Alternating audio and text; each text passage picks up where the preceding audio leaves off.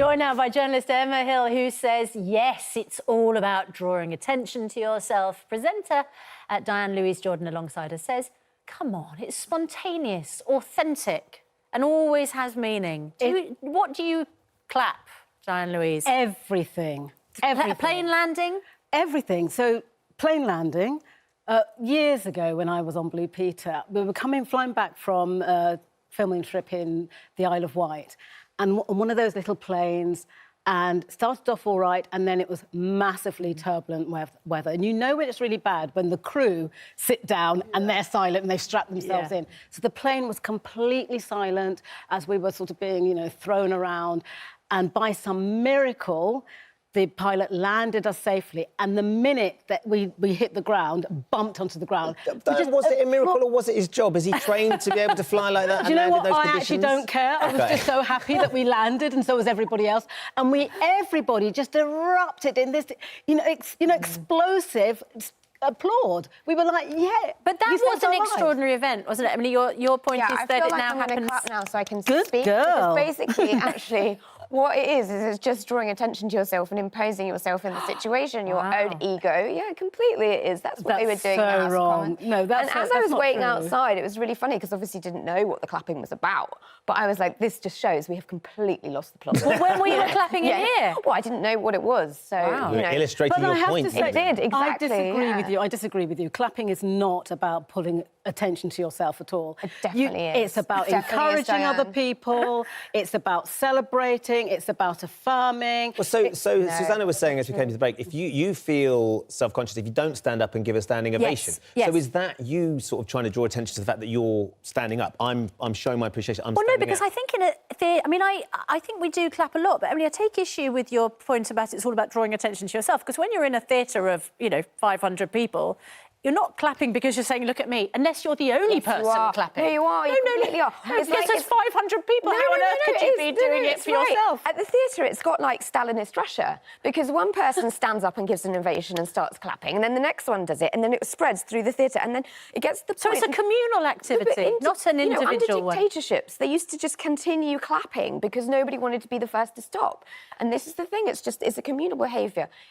Like the plane, for instance, obviously I'm very, very glad when I don't die in a plane wreck every time I get on a plane. So when you don't die when you're on a plane and they land you, you just sit there with your arms folded, but they're doing their job. They're doing their job. So you never spontaneously applaud anything. What if you're in the theatre? In the theatre, basically what happens now... Do you just go, no, you did your job, actors.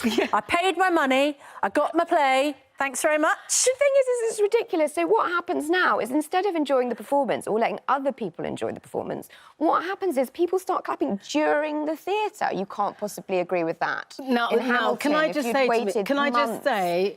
say that my husband's a classical musician. And before I met my husband, I've always loved classical music, but I used to feel very intimidated going into a concert hall because my expression is, if you've done something amazing and it stirred me, I instantly want to show my feelings about that.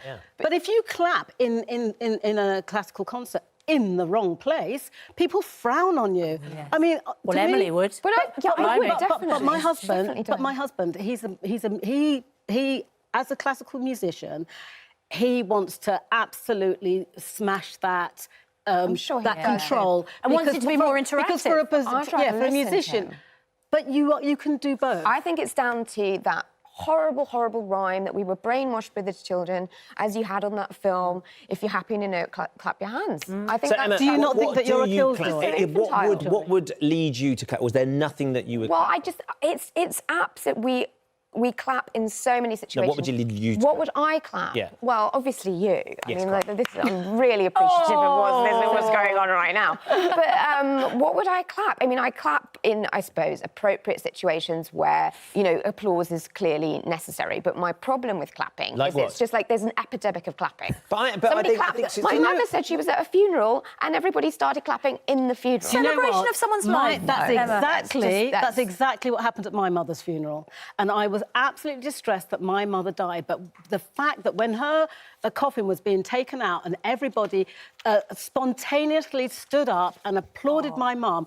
I just thought, what an amazing way to go. Got an ovation, yeah. Exactly. Like, That's what a celebration of her life. That was nothing to do with other people thinking about themselves. Lots of people are getting in touch. Chris says, at my work, we clap sarcastically if anyone is ever leaving before finishing time. Youch! That is definitely drawing attention to something, but not to yourself. To yourself. Owusu said people clapped when the bus driver got lost and finally got back on the right route. I just wanted to get home, but clapping being egotistical, no, that's over the top. Kathy agrees with you. I hate it when people clap when the plane lands. It's the pilot's job. It's like clapping a postman posting a letter. I think there's a difference. There's a difference. You don't clap...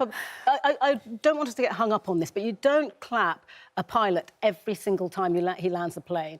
It's when something extraordinary happens, and it's a way of communicating that, you know, that you're relieved or happy or encouraging. Sarah says our primary headmistress won't allow the parents to clap at school plays or awards. Oh, but the thing is, the reason for that is they get into this situation, and again, they start clapping, and then they clap every single child, and then you're just every there single child forever. is getting an award, why it's not? wonderful, but the thing is, it should be about I their agree. performance. It shouldn't have been about the clapping. I mean, it's just crazy. So, OK, can you imagine a world? Would you like to see a world where there's absolutely no clapping, or we just contain it in a tiny little box and we give permission about certain types of clapping? I would like to live in a world where you go to the House of Commons and we don't get. But most of us don't go to the House of Commons. Okay, fine. You watch it on TV. Maybe a lot of us don't do that either, Diane. I don't know whether you're addicted. We're in agreement. Yeah, exactly. Yeah. But I want to live in a world where politicians don't behave like children, and that's exactly what they were doing at So we need to live on a different planet then.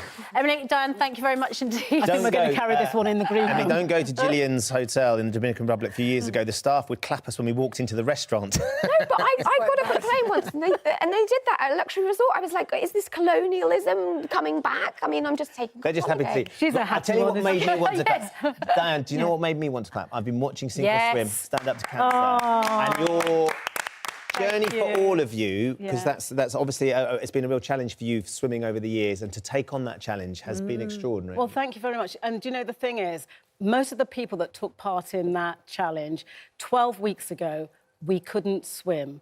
And some of us, like me, I'd had 2 experiences of drowning, near drowning, and it was quite traumatic for me. And the fact that we had that opportunity with the greatest coaches to learn to swim and to take on, you know, to obviously with Potentially swing in the channel. Yeah. And to do that for something like Stand Up for Cancer, to draw attention to something that you know, affects 1 in 2 of us, for me has been a real privilege. And actually I needed, because I came from a place of being absolutely petrified about swimming. Didn't ever think I'd do it. I've got a pool in my house and I would never swim. Wow. I used to look at it because I was just so scared. And I've gone from fearful of this tiny little pool to now being able to swim in the ocean, in open water. And I feel that the encouragement and the applause that I got for that was what spurred me on to carry on. Well, can I just say really, really quickly, thank you for doing it. Are you going to applaud me? This was my Thanks. grandma's favourite show in the whole world, and she died of cancer last month. Well, there you thank go. you for doing bless you. I do applaud you for that. Okay. I give you that. So we end with agreement. Thank you. Well, Thank well done, you. both of you. Lovely to see you both. Thank you both very much You're indeed. darling. Aw.